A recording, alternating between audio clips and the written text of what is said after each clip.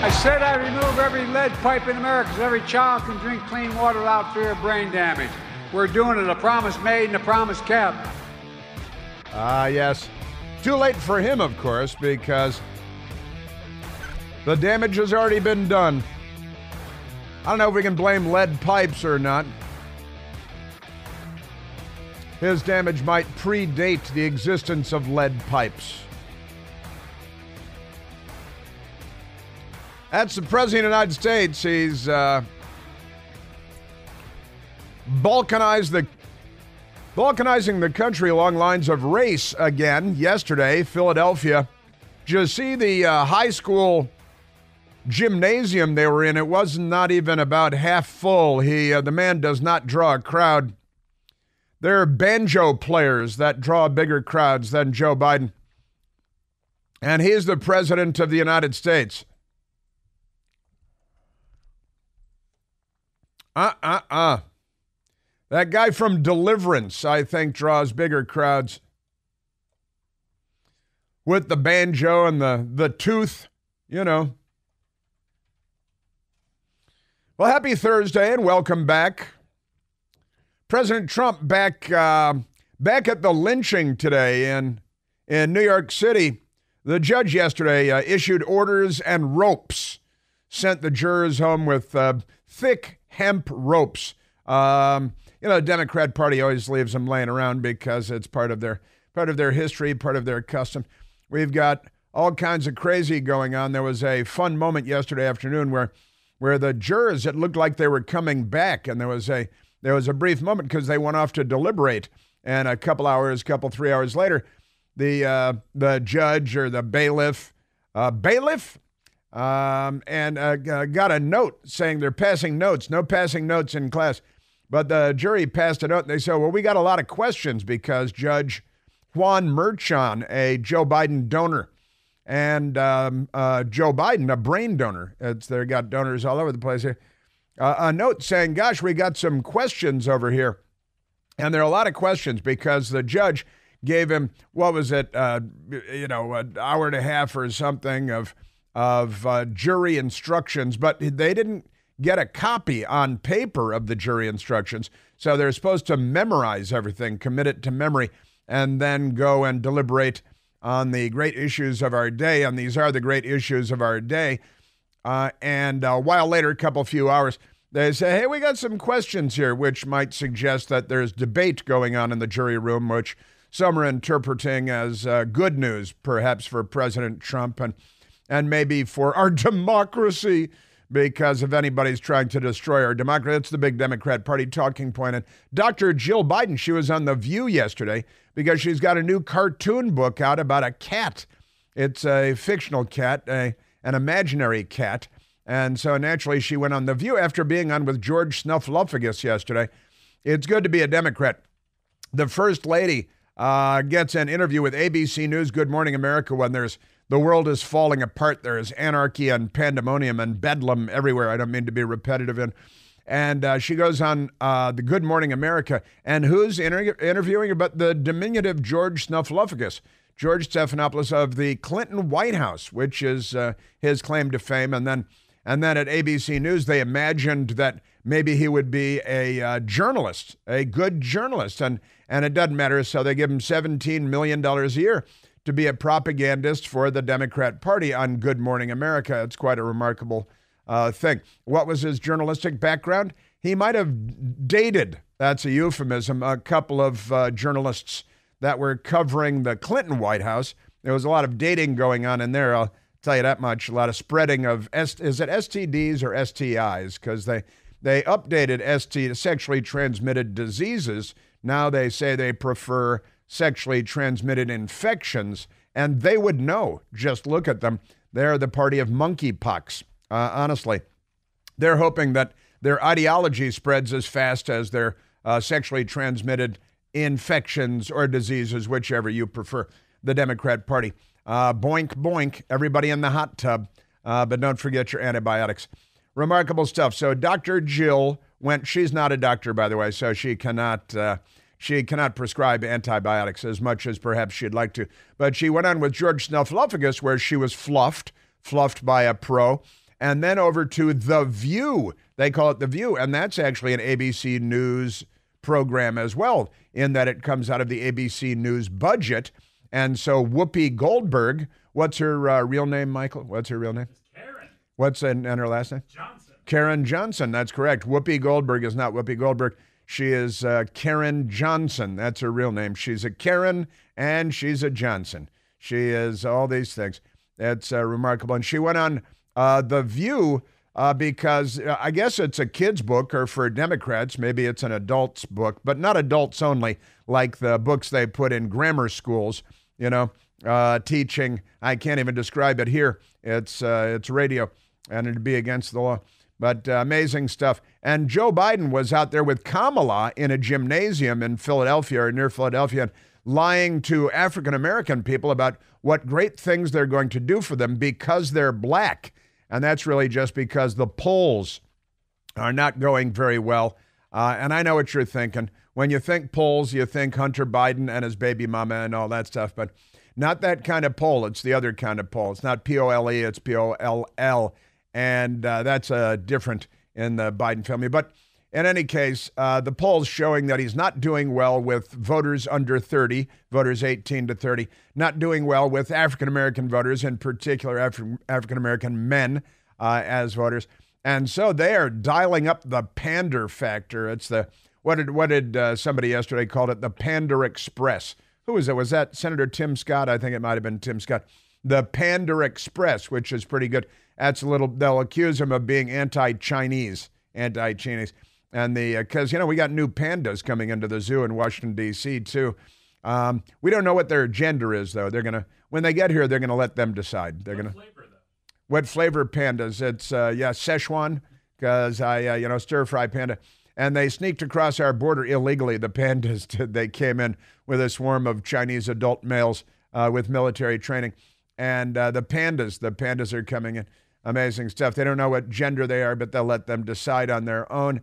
And they're wired for sound. They've got listening devices and cameras on them. Turns out they're spies. They've been trained in Wuhan, probably. And they're bringing in a new strain of the Cove 20. Remember Cove 19? This is 20. They got the new variation. So the pandas are coming in with more stuff. But I digress. Now, Joe Biden out there pandering to the black vote, an absolute disgrace. They're such racists. They're the party of everything racist in the history of the country. And again, President Trump back in court at 9:30. In fact, we should be hearing from President Trump as he comes into the courtroom, and we will make that available to you as soon as we have it in hand. And President Trump coming back today, 9:30. The lynchings will continue until morale approves in America, because everything the Democrats do is about hate. It's about hatred. If you're a Democrat, you got to hate everybody. It's all about the hate. It's in order to love the hate, you got to hate the love, too. That's their thing. Democrats, hatred is about, it's a powerful emotion, as we know. And that's what they're pushing in America is you must hate Donald Trump, who was a famous TV celebrity and had a network TV show and, The Apprentice, and You're Fired, and everybody enjoyed him. And he's in that movie. What is he in that Home Alone movie, Home Alone 2? And I saw actually in the paper today that the house from the movie Home Alone is on the market. It's for sale. I think it's $5.2 million. But it's been expanded since then. Now it's 10 bedrooms and got a heliport, and doesn't really have a heliport, but on the North Shore of Chicago, Illinois. But that's not important now. So Donald Trump was a beloved American character until he said, did I mention that I'm a Republican? And then the left, which are a gang of jihadis, and they're waging, we've got an update with their jihad update on the attacks on Justice Alito and his wonderful, charming wife. And she is wonderful and charming. She really is. I've met her. My best girl and I have met her, and Justice Alito as well. And couldn't be nicer people and more wonderful. But it turns out if you hoist a flag that was commissioned by George Washington, a flag that was flying. Did you see this? The flag, it was flying in the San Francisco Civic Center until this past weekend when the communists took it down because I think the Ayatollah told them to or something like that. But this is pretty wild stuff. The Democrats are so mentally ill, and they really are. I can't pity them yet because right now it's a hostage situation and we're all in danger because of them. But the remarkable thing is that this is a flag still used by the state of Massachusetts, which I don't think is a big Republican state, and as their maritime flag. And in San Francisco, they were flying that flag as one of the flags of our founding in the Civic Center there until the Democrats waged war against this flag commissioned by George Washington. And they're against our founding. They're against everything that is American. They're not liberals. They're the left. They're Democrats. Remarkable stuff. And you got AOC and Senator Dickey the Turban Durbin out there attacking Samuel Alito yesterday. And it's the Appeal to Heaven flag with a pine tree on it. And it's a great American flag. To the point where, again, the radical left extremists who love junkies dying in their front doorways in San Francisco, they were flying it in the Civic Center and right in front of their and it is a beautiful City Hall building, the big dome building. And they were flying this flag by choice until this past weekend when the New York Times told them, oh, no, it's bad because someone January 6th had one. Yeah, they also had a lot of American flags. I know you guys spend most of your time burning those, but never mind that. So I've got some updates for you on that, on the Samuel Alito catastrophe, calamity, the communists. And since I mentioned the jihad and how the Democrats are such jihadis, yesterday, I'm not making this up. This sounds like I'm making it up. The Ayatollah himself, not the Ayatollah of rock and roll, but the actual, the turbaned, genocidal anti-Semite Ayatollah in Tehran. He posted, he's got a Twitter, he's got an X account, and he posted on Twitter that he's very pleased with what the Democrats are doing on university campuses in the United States. And the Ayatollah Khamenei, I like to say it, Khamenei, has helped me to clean my uvula. Every now and then I need to clean my uvula. And so I said, Khamenei, and the Ayatollah himself in Iran on his X account wrote, "Dear university students in the United States of America, you are standing on the right side of history." Now, to him, that means you're a genocidal, blood-drenched psychopath who wants to wipe Israel off the map and kill every American with nuclear weapons that they're in the process of building with the help of Joe Biden and Barack Obama, with the tens of billions of dollars and, of course, what they call the Joint Comprehensive Plan of Action, the dumbest name for anything ever, that allows the Iranians to continue to spin centrifuges and enrich uranium. And we learned just a few days ago that they've got 300 pounds of enriched uranium to 60% purity, which is this far away from being full-blown weapons grade. My right index finger is a half an inch over my right thumb. And this close to having weapons grade enriched uranium, and their ballistic missile program allowed to continue apace as well by the Democrats, by Boltneck, John Kerry Boltneck, and by Barack Obama, whose middle name is Hussein, coincidentally, and Valerie Jarrett, his closest ally, who was born in Shiraz, Iran. There are coincidences everywhere here. But the Ayatollah yesterday on Twitter, "Dear university students in the United States of America, you are standing on the right side of history." Barack Obama always liked to use that phrase, on the right side of history. And usually that was about killing people too, because he's not on the side of Western civilization. And the Ayatollah went on to say, "You have now formed a branch of the resistance front." He's talking about students at Harvard and George Washington University and across America, because the Democrat Party has raised a virulently anti-American generation. They took over the school system and the teachers' unions and the college campuses. And this sounds like I'm making it up, but I'm not. The Ayatollah on Twitter, "You have now formed a branch of the resistance front and have begun an honorable struggle in the face of your government's ruthless pressure, which openly supports Zionists." That's the Jews, because he wants to kill them all. And that is an attaboy to what the Democrats have done to the United States of America and to generations of Utes. What's a Ute? These are amazing times to be an American.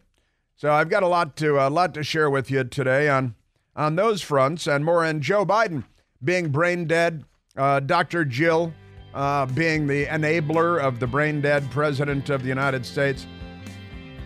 Amazing things going on. Most of it not very good, but we can still make fun of it. Also, we learned about the big lie. Israel again.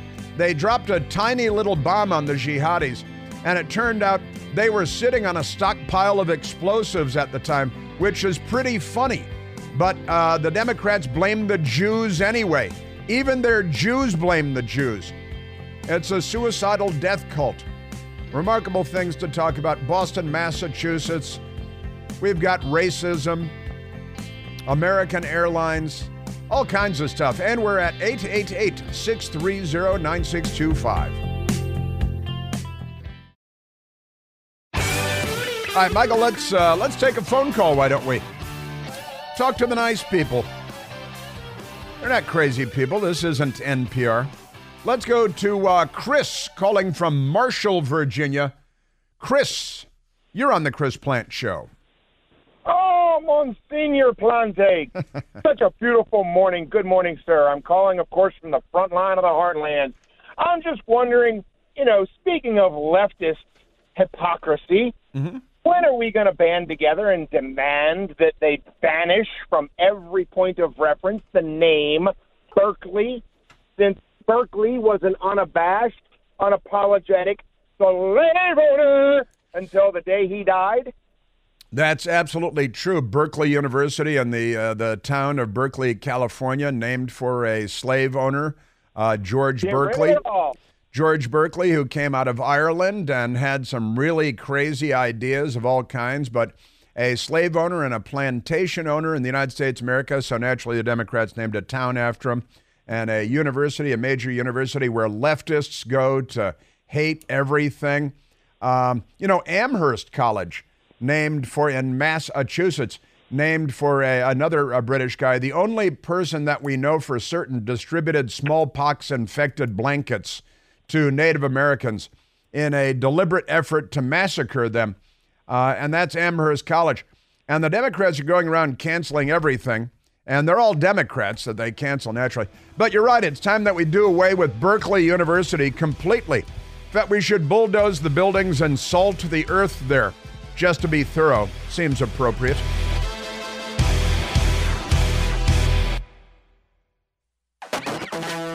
Yes. I don't know how many hours of material I have. 5 or 6 hours of material today. My Washington Post arrived on the front doorstep this morning, and it is so filled with bile and vitriol. It's, it's the Democrats thing. They haven't found the proper blend of medications yet. Remarkable things. Now, let's go back to the phones as well. And then President Trump arrived at the courthouse, and we already have audio for you of President Trump's remarks on his way into the courthouse, and get to that in just a moment. Let us first go to, and I got to tell you, one of the big stories yesterday, the Democrats, the media, the New York Times, the Jew-hating American left, including their self-loathing Jews, they went crazy on Israel because I believe it was last Tuesday they dropped a bomb in the Gaza targeting 2 Hamas leaders who are genocidal terrorists. Killed them pretty good.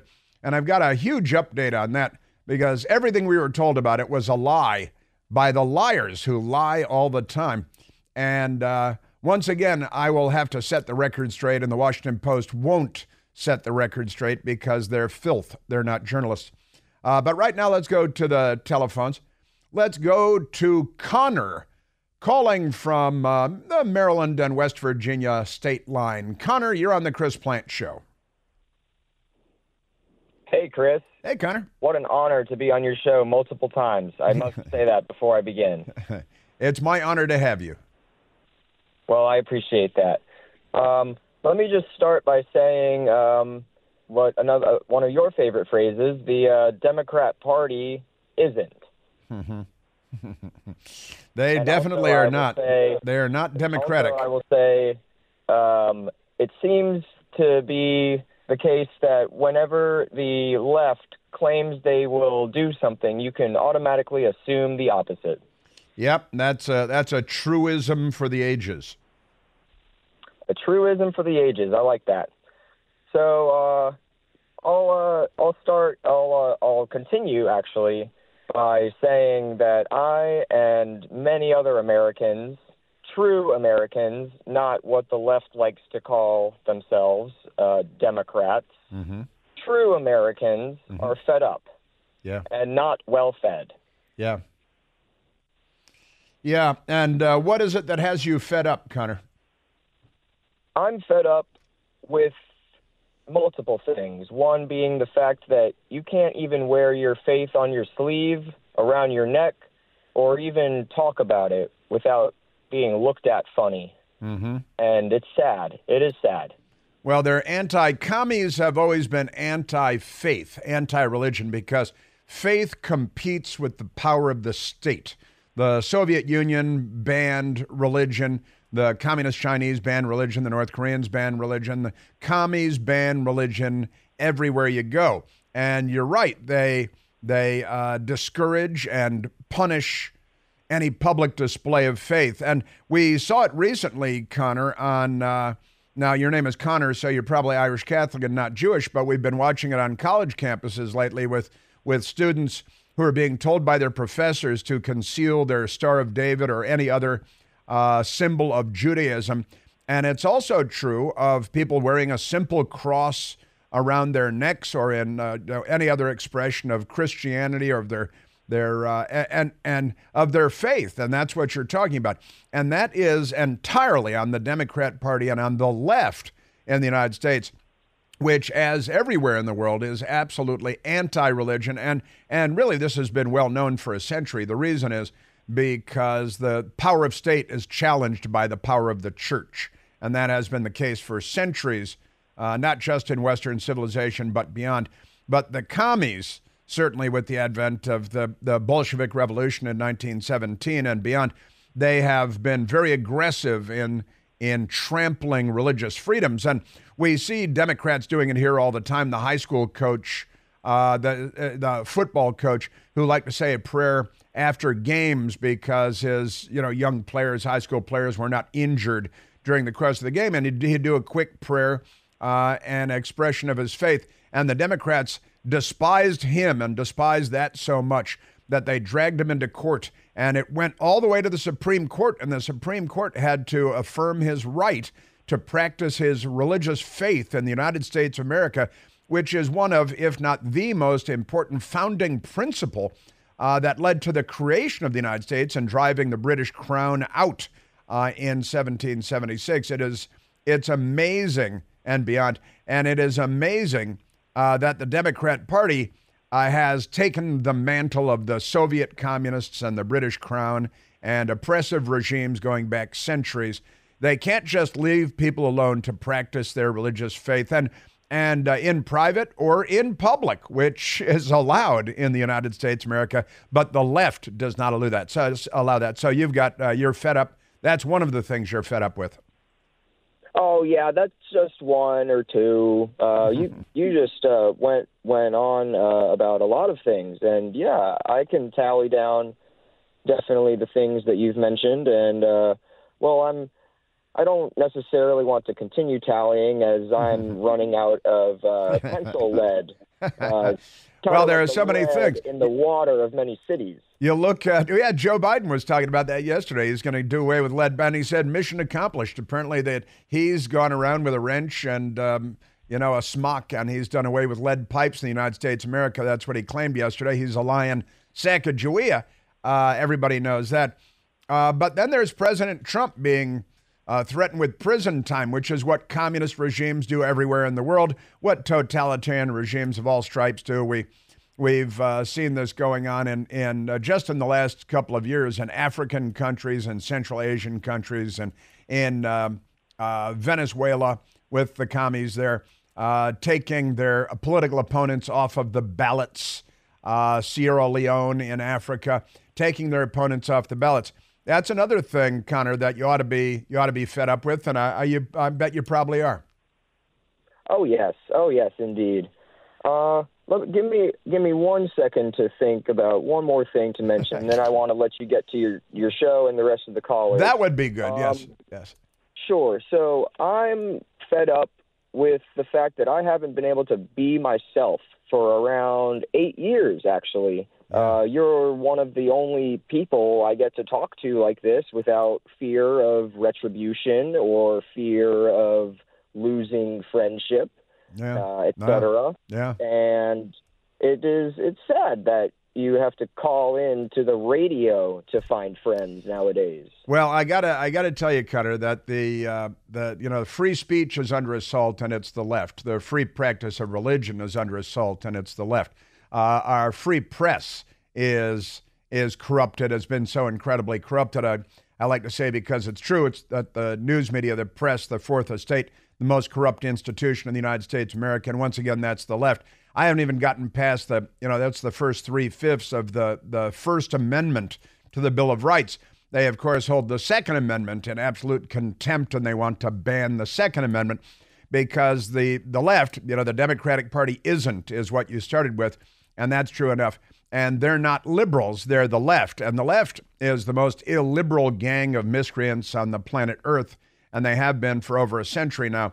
And now they're here, and they run the Democrat Party and elements of our judicial system, and they hold the Supreme Court in contempt because they feel they don't control it anymore, and they want to pack the Supreme Court, and they vilify and demonize and launch racist attacks against Clarence Thomas, and now the attacks against Justice Samuel Alito based on trumped-up, ginned-up falsehoods that you can always rely on the left to come up with. Remarkable things going on in our country, and we are, we're in the midst of. I think several years ago I labeled it the uncivil war, and the incivility of the left is front and center in all of these matters. And again, I was talking about this in our meeting before the show, but nobody was there except a couple of us. That the first thing I wrote down today is Dems, : they love their colons. Hatred equals powerful emotion equals dictatorship. And that was the first note I wrote to myself in the 5 a.m. hour this morning. I slept in a little today. And hatred is the driving force of the Democrat Party. Everywhere you look, they hating Donald Trump, hating the Supreme Court, hating Clarence Thomas for so long, now hating Samuel Alito, hating Mrs. Samuel Alito, and hating you, Connor, and hating me, of course, but that's been going on for a long time. And that doesn't faze me at all, doesn't bother me at all, because I know that they're crazy people. And it's important, you're known by the people that you associate with, and you're also known by the people and defined by the people that despise you. And if you're despised by all the right people, then you're probably doing things right, honestly. Connor, thank you for that. And look, we're in the middle of a cultural civil war, of a cold civil war, of an uncivil war, because the left is trying to take down the United States of America, but they do have the enthusiastic support of the Ayatollah Khamenei in Iran, in Tehran, who is a big supporter of the Democrat Party, which tells you pretty much everything that you need to know. They are not on our side. That's another one of my sayings, isn't it? It is. I have so many sayings that some of them I just kind of came up with on the fly and then realized sometimes a short time later, sometimes a long time later, boy, that's more true than even I knew, more true than even I thought. But they are not on our side. They are not our friends. And that means the United States of America. The Obama-Biden administration trotted out the IRS and used the IRS against any group or organization or individual that used the word patriot in their title. Right? Use the IRS against them, which is people should go to prison for that. But instead, people became millionaires for that because they've corrupted capitalism too. And it's extraordinary stuff. Lois Lerner, remember Lois Lerner? All that stuff. All right, now I'm going on. Let's get to President Trump entering the courthouse this morning in New York City, where the lynchings are continuing. You know, they're going after Steve Bannon next. They're going, and the same judge, the same creepy judge, Juan Merchan, the Joe Biden donor, has been designated to be the judge in all of the anti-Trump. If you're a Trump person like Steve Bannon or Trump himself, then you get this left-wing judge whose daughter is a radical and all this crazy stuff. I gotta tell you. But President Trump going into the courthouse this morning for the 9:30 start time on the jury deliberating, and President Trump has to be present in the courthouse in case they want to put him in shackles and take him away to the dungeons and flood the dungeons like, medieval times, because these people are not democratic at all. President Trump on his way into the courthouse. Thank you very much. Here we go again. 5 weeks. I've been here. I'm gagged. I'd like to answer all of your questions. They're very easy questions to answer, but I'm gagged, so I can't talk as much as I would like to about this ridiculous case that's hurting our country so badly. By the way, everyone's against this case. I haven't seen one legal scholar or expert in the law say that this case should have been filed.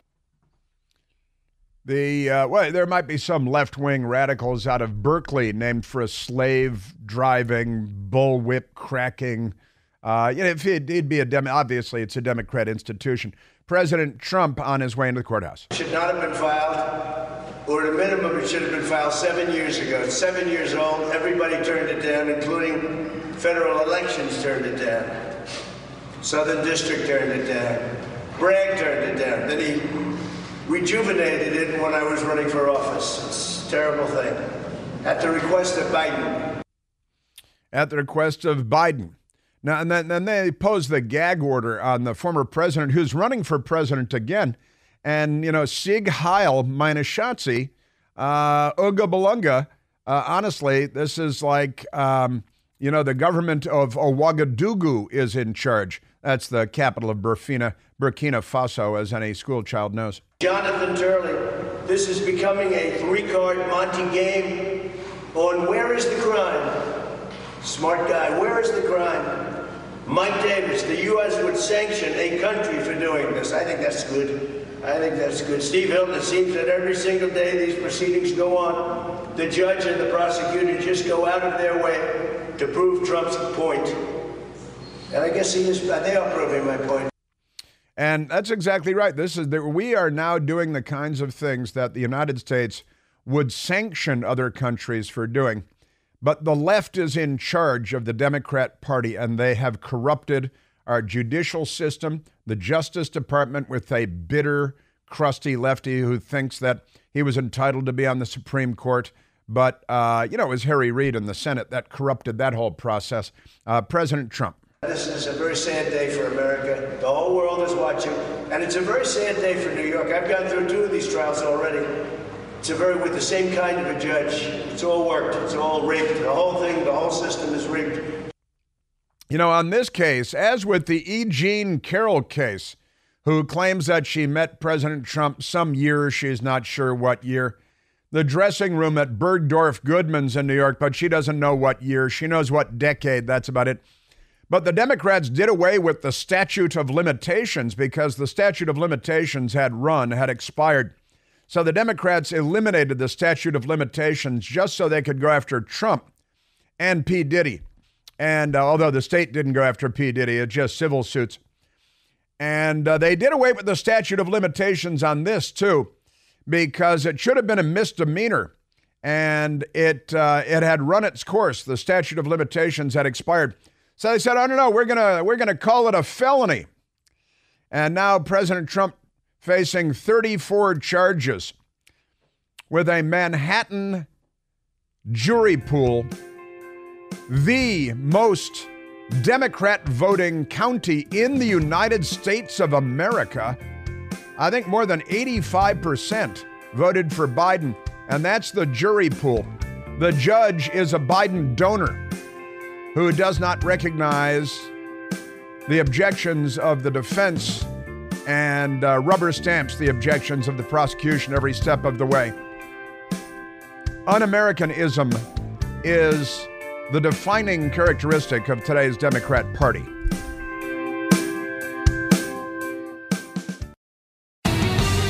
Now, an amazing story broke yesterday afternoon, and the Washington Post is deliberately misreporting the story on the front page of their filthy rag of a fake newspaper. They've got a photograph of this Rafah, Gaza explosion last Tuesday. Israel dropped a bomb on some Hamas leaders. Hamas is a genocidal radical Islamic terrorist organization. And the headline is, Israel used U.S.-made bomb in Rafah strike, experts say. I wrote with a black pen next to that. Wrong headline. It turns out that the Israelis dropped a bomb from an airplane right on the heads of two Hamas senior leaders who are genocidal, blood-drenched Nazis, and killed them both, which is really good. Success. Now, here's the thing. The bomb dropped. Normally, we drop 2,000-pound bombs, GBU 29, a GBU 31, maybe a 1,000-pound bomb, maybe a 500-pound bomb. And if it's just something, maybe a 250-pound bomb. Well, Israel dropped this very precise bomb that was made by the U.S., a 37-pound bomb, 37 pounds. And that weighs, less than Joe Biden's dog that keeps attacking the Secret Service. And it turns out that the troglodytes, the jihadis, were once again sitting on a stockpile of munitions that they were planning on using to kill all the Jews in their genocidal quest. This tiny 37-pound bomb blew up their munitions stockpile that they were sitting on, which caused a fire which killed all their friends.